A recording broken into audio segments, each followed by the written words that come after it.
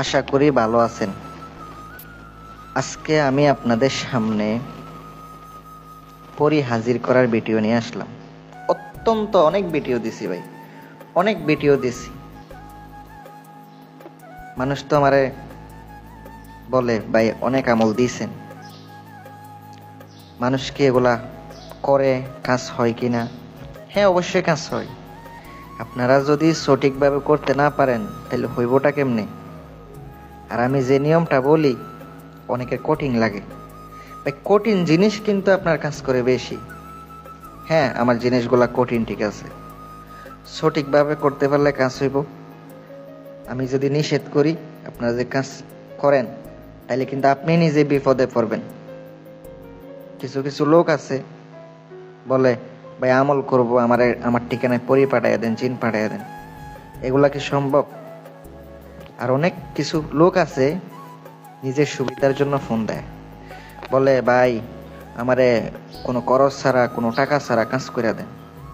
ভাই আমি কবিরাজ, নিজে পেশাই হচ্ছে এটা, আমি অন্য কাজ করি না, এটাই কাজ করি, সাধনার বিষয়ে কাজ করি। আপনার বুঝতে হইব একটা মানুষটা আমি কাজ করামো, কাজ দিমো, খরচ লাগবই। আমি জিন ভূত ছাড়ানো, জাদু টোনা নষ্ট করা, স্বামী স্ত্রীর মিল মহাব্বত, সাধনার বিষয়ে এগুলা কাজ করে থাকি।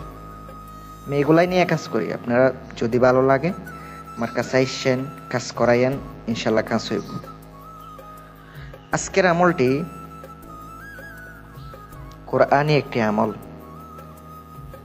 সূরা হাসর, সূরা হাসরের 7 নাম্বার আয়াত, সূরা হাসরের 7 নাম্বার আয়াত মুখস্থ করতে হবে। ওই আয়াতটা একটা গোপন একটি আয়াত, আমি আপনাদেরকে বলবো, একটু মনোযোগ দিয়ে শোনেন। ওই আয়াতটা মুখস্থ করে নিয়ে আমল করতে হবে।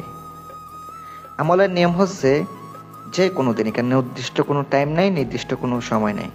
দিনের বেলা না, অবশ্যই রাত্রে অন্ধকার করে রুম, ওই অবস্থায় আপনাকে আমলটা করতে হবে। পাক পবিত্র হয়ে নেবেন, আগে 2 রাকাত নামাজ পড়ে নেবেন আপনার উদ্দেশ্যের জন্য। আপনার যেন উদ্দেশ্যটা সফল হয়।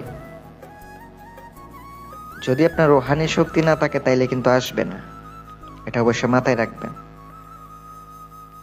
রুহানি শক্তি আবার হাসিল করবেন কেমনে? আপনি আমল করেন, আমল আমার চ্যানেলে দেওয়া আছে, ওখান থেকে দেখে আপনি আমল করেন। রুহানি শক্তি যদি আসে তাইলে আপনি কাজ করলে প্রত্যেকটা কাজ হবে। আপনি ওই আয়াতটি মুখস্থ করছেন, এবার 2 রাকাত নামাজের পরে দুরূদ শরীফ পড়বেন। 7 বার অথবা 11 বার দুরূদ শরীফ পড়বেন। দোয়াটি আপনাকে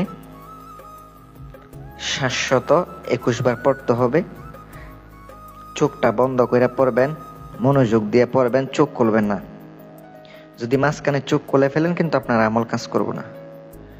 পড়ার পরে আবার দুরূদ শরীফ পড়ে উঠে যাবেন। এইভাবে কন্টিনিউ কাজ করতে থাকবেন, একদিন অবশ্যই আপনার সামনে হাজির হয়ে যাবে। আর যাদের বিশ্বাস নাই, অনেকে আমার ফোন দিয়ে বলে আমল কি কাজ করব কিনা, তারা জীবনেও আমল করতে পারবো না, আমল করলেও কাজ হইব না। এই ধরনের প্রশ্ন যারা করে, তারা যদি আমলও করে, কাজও করে, কখনো কিছু হইব না। উস্তাদের প্রতি এমনভাবে বিশ্বাস রাখতে হইব যে সে যদি বলে মিথ্যা বলে, ওইটা আপনাকে সত্য মনে করতে হইব।